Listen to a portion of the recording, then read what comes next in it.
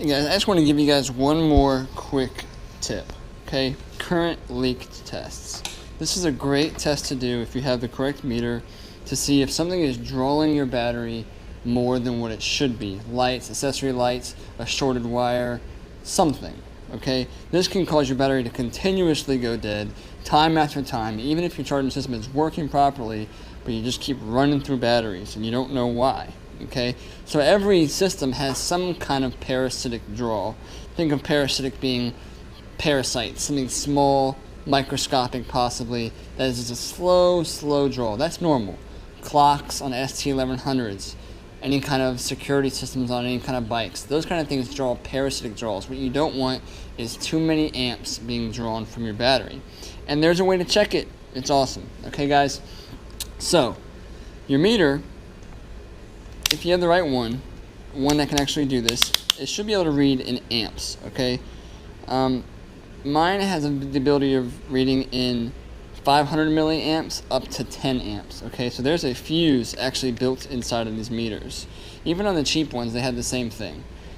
So what you want to do is, on mine, I have a common ground, which is this black. That stays the same, okay?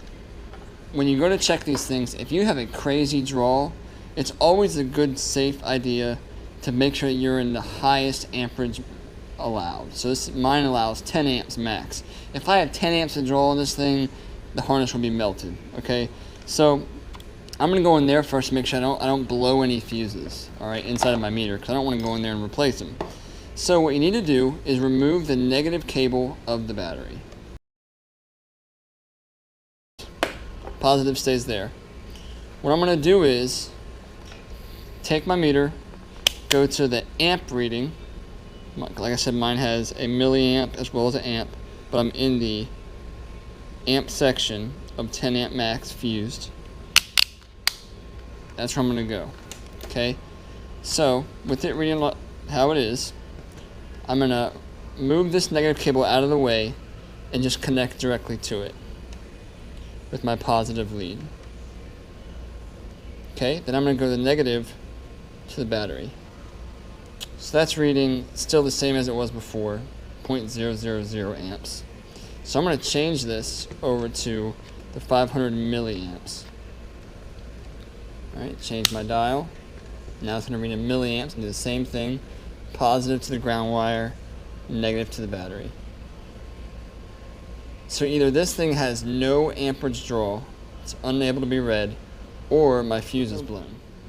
So because I have no draw, that's a good thing. Alright, every bike is different. If you look in the owner's manual, or I'm sorry, the service manual, it will tell you certain specifications. Like on VTX 1300s, it's 2 milliamps. On Goldwings, it's a little bit more. And you're over the specification, you have a short to ground somewhere in the harness. Okay, so what you would do from then on is start unplugging things, to be completely honest with you. If you want, if it's a crazy amount of amperage that's being drawn, you can hook a light bulb up to it and start connecting or disconnecting things until the light bulb goes dim or goes out. Or another trick you can do is hook a relay.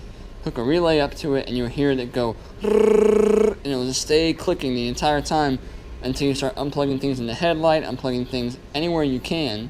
Unplug it. If nothing changes, plug it back in. Go to the next. Start just until you unplug that and the noise stops, the light goes out, or your reading changes. Then you go from there. You go from that harness to whatever you unplugged. Okay, so now I know it's from here to here. That's the best way to diagnose those types of systems. I hope that makes sense to you guys. Current draw, it's another part of checking a charging system out and diagnosing what's going on with your battery. Enjoy.